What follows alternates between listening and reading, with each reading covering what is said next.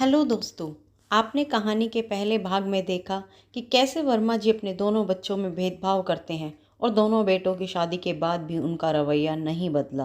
पिता के अंधे प्यार से छोटा विकास पूरी तरह जिद्दी बन गया, जबकि बड़ी बहू ममता अपनी देवरानी के सामने होते अपने पति के अपमान से अब पूरी तरह से परेशान हो चुकी थी। देखते हैं आगे कहानी में क्या होता है। नालायक भाग 2।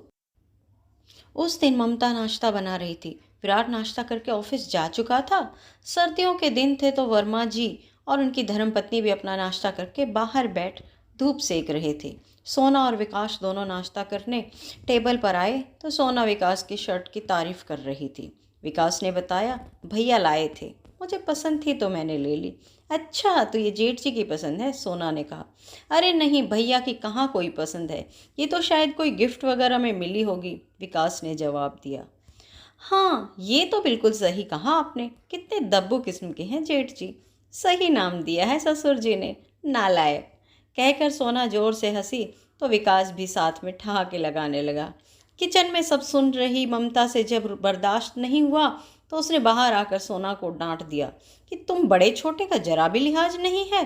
बस इतनी सी बात पर उन दोनों ने सारा घर सिर पर उठा लिया। अपने होनहार बेटे और बहू की बातों में आ वर्मा जी ने तुरंत विराट को बुलाकर आदेश दे दिया था कि आज ही अपनी पत्नी के साथ मेरा घर खाली कर दो। विराट जैसे आज्ञाकारी बेटे ने बिना एक शब्द कहे घर छोड़ दिया और जाते समय कुछ कपड़ों और माँ के आशीर्वाद के अलावा और कुछ साथ नहीं लिया, क्योंकि पिता ने तो आशीर्वाद भी नहीं दिया। खैर, उनके जाने के बाद सारे घरेलू काम श्रीमती वर्मा पर आन पड़े। जब से बड़ी बहू ममता उस घर में आई थी, उसने अपनी सासू माँ को कभी कोई काम नहीं करने दिया था, लेकिन उसके जाते ही सब बदल गया था। क्योंकि छोटी सोना तो किसी काम को जैसे पहले नहीं करती थी, वैसे ही अब भी नहीं करती। देखा जाए तो सब काम के लिए नौकर हैं, पर वर्मा जी का कहना है रसोई का काम घर की औरतों को ही करना चाहिए।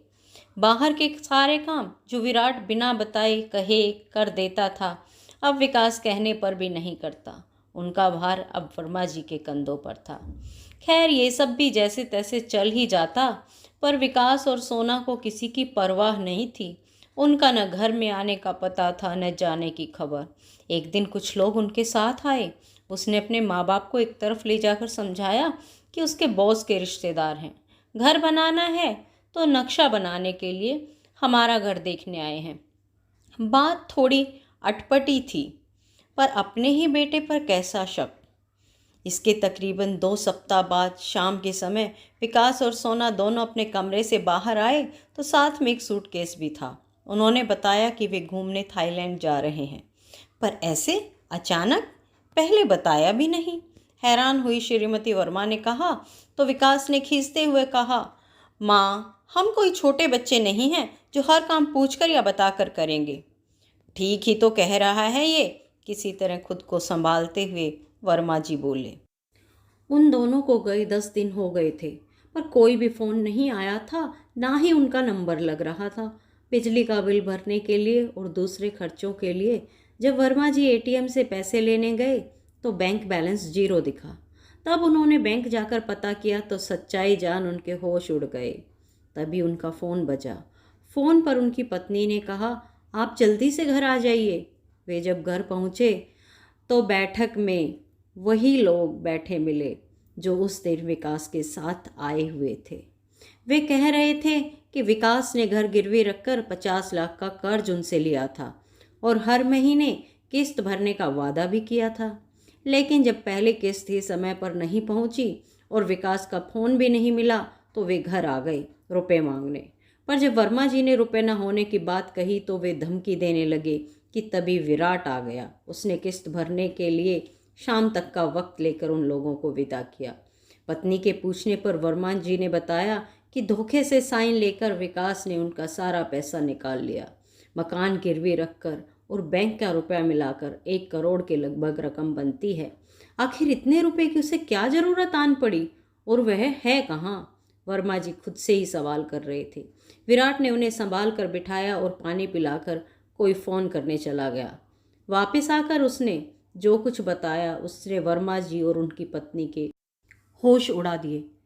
उसने बताया कि 3 दिन पहले माँ का फ़ोन आया था और विकास को लेकर वह काफ़ी चिंतित थी।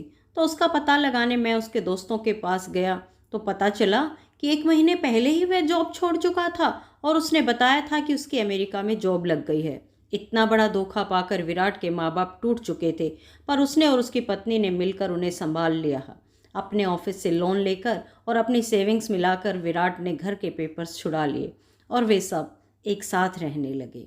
वर्मा जी अब पूरी तरह बदल चुके हैं और सबको यही समझाते हैं कि चाहे हमारे बच्चे विकास के शिखर तक पहुंचने में भले ही चूक जाएं, पर संस्कारों का बीज उनमें ऐसा बोना कि एक दिन वो वृक्ष विराट बने और बुढ़ापे में माँ बाप की सेवा करे। पर आज भी जब नालायक शब्द कहीं भी सुनते हैं तो पुरानी बातें याद कर बेचैन हो जाते हैं। धन्यवाद दोस्तों। अगर आपको ये कहानी पसंद आई तो प्लीज़ लाइक और शेयर कीजिए और मेरे चैनल को सब्सक्राइब करके बेल आइकन दबाना मत भूलिए।